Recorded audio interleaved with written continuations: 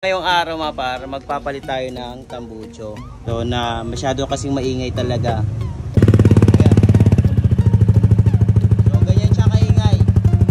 So ganyan siya kaingay. Nagiging problema ko pag gabi.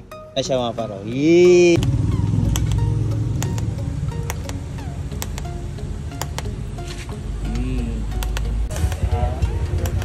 Ay, share mo. Wala na, nabenta ko na. Yo, what's up mga par? Ngayong araw mga par, magpapalit tayo ng tambucho. So ito yung Accra. So alam niyo naman Accra na pang X-Max. Pero ito yung smallest kasi yung pinakamaliit na pang X-Max. So na masyado kasing maingay talaga. Panda rin natin para marinig nyo . So ganyan siya kaingay. So ganyan siya kaingay. Nagiging problema ko pag gabi. Baka may reklamo na ako ng mga kapitbahay namin. Yan siya mga par. So ngayon, papalitan natin siya ng pang X-Max din pero malaki. So ito na siya mga par. Yee! Ganda di ba? Oh. So binili natin ito mga par kasi ang habol ko talaga is malaki. Tapos i-elevate ko siya ng konti. Tapos bumagay siya dun sa personality nung exciting natin. Kay Windows yan. Siyempre, sila na naman dadali. Yan o. Ito yung mga dumadali mga parang installation natin. Tapos papalitan natin ng stainless para hindi naman kalawangin. Yan. 99 Racing Pipe pang X-Max. Let's go. Kabitan natin sa Kimco. So, yun na mga paro. Pinapaklas na nila. Ito mga paro, tapos na agad o. Di natin namalayan o. O, putol na. Ang bilis. Yung malapit sa Paranaque mga par, moonwalk pa rin to kuya, di ba? O moonwalk. Nandun yung McDo.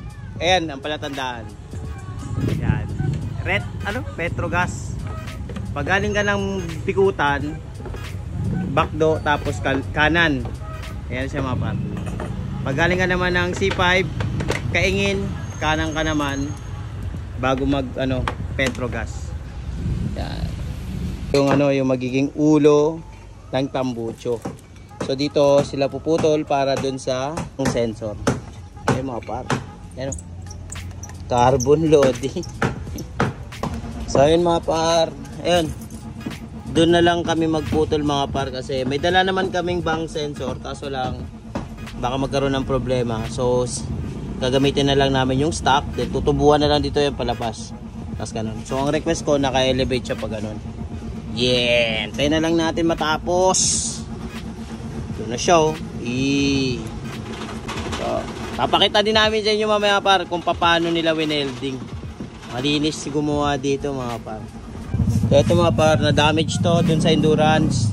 Yung ginamit ni Aral Motovlog. Natanggalan kasi siya ng tornilyo. So papantayin lang natin tapos papagawa ko ng spacer. Kasi tingnan mo yung mga spacer namin oh. Galing sa bearing.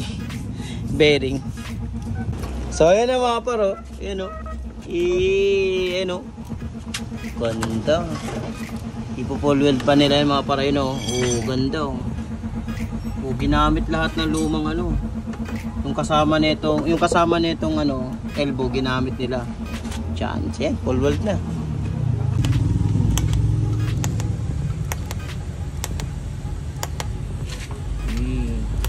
Yung ganyan, hindi na kailangan baklasin ng battery, no?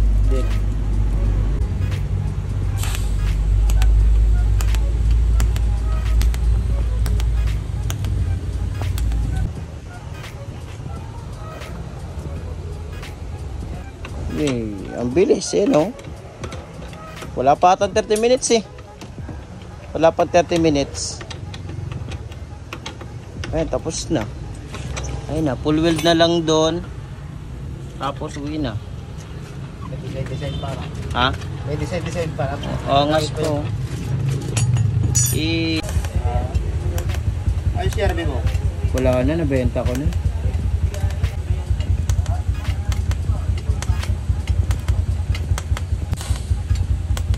Ano yung pag magsama?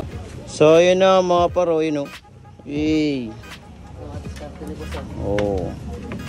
Diba? Ito tinira namin kasi wala naman talaga silang pang big bike or pang maxi scoot. So ayun. So ayun mga par, binubuo na.